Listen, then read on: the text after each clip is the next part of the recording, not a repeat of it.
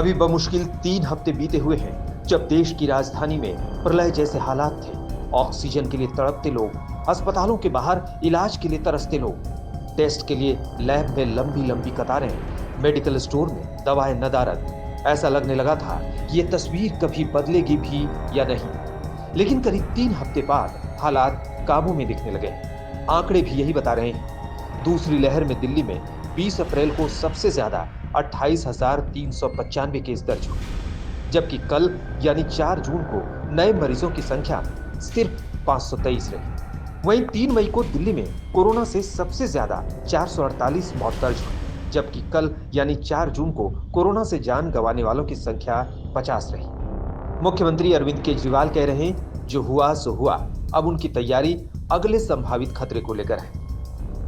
इस बार कोरोना की जो पीक आई थी, मतलब एक दिन में मैक्सिमम कितने केस आए? लगभग 28,000 के करीब केसेस आए थे एक दिन में, 22 या 23 अप्रैल के आसपास। अगली पीक कितनी हो सकती है? तो ये तय किया गया कि अगली पीक 37,000 एक्सपर्ट्स के साथ बात करके, ऑफिसर्स के साथ बात करके, सबके साथ बात करके कि 37,000 पीक मान के इसकी तैयारी शुरू की जाए। कोरोना संक्रमण की दूसरी लहर में दिल्ली में रोजाना नए मरीजों की तादाद पहली बार 29 मई को 1,000 से नीचे आई थी। तब से लगातार मरीजों की संख्या घट रही है। 29 मई को 956 मरीज सामने आए, 30 मई को 946, 31 मई को 648, 1 जून को 623, 2 जून को 576, 3 जून को 487 और 4 जून को 523 मरीज दर्ज हुए। कोरोना मरीजों की घटती तादाद को देखते हुए दिल्ली सरकार ने लॉकडाउन में रियायतें देने का फैसला तो कर लिया है, लेकिन भविष्य के खतरे की चिंता भी खाई जा रही है। इसलिए अनलॉक के साथ आगे की तैयारी भी साथ साथ करने का दावा किया जा रहा है। इस बार सबसे बड़ी दिक्कत आई थी टैंकरों की। ऑक्सीजन के टैंकर नहीं थे दिल्ली में। दिल्ली इंडस्ट्रियल स्टेट नहीं है, इसीलिए अपने पास ऑक्सीजन टैंकर है ही नहीं दिल्ली में।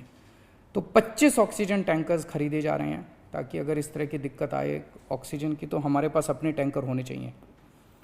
64 छोटे छोटे ऑक्सीजन के प्लांट्स लगाए जा रहे हैं, वो ऑलरेडी लग रहे हैं, और हमें उम्मीद है कि अगले कुछ हफ्तों के अंदर, 1-2 महीने के अंदर ये 64 ऑक्सीजन प्लांट्स लग के तैयार हो जाएंगे।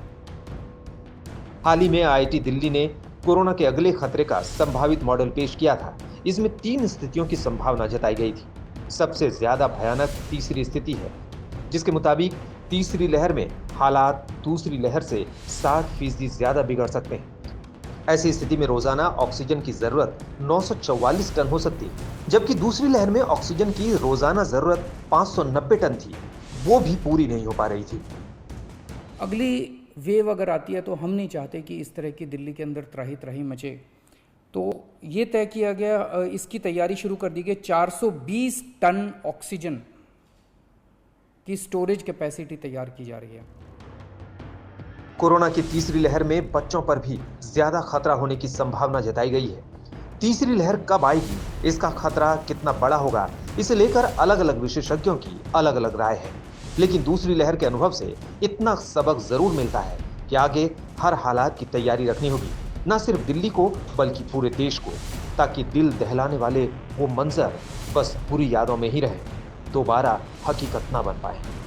दिल्ली से सुशांत मेहरा के साथ आज तक ब्यूरो।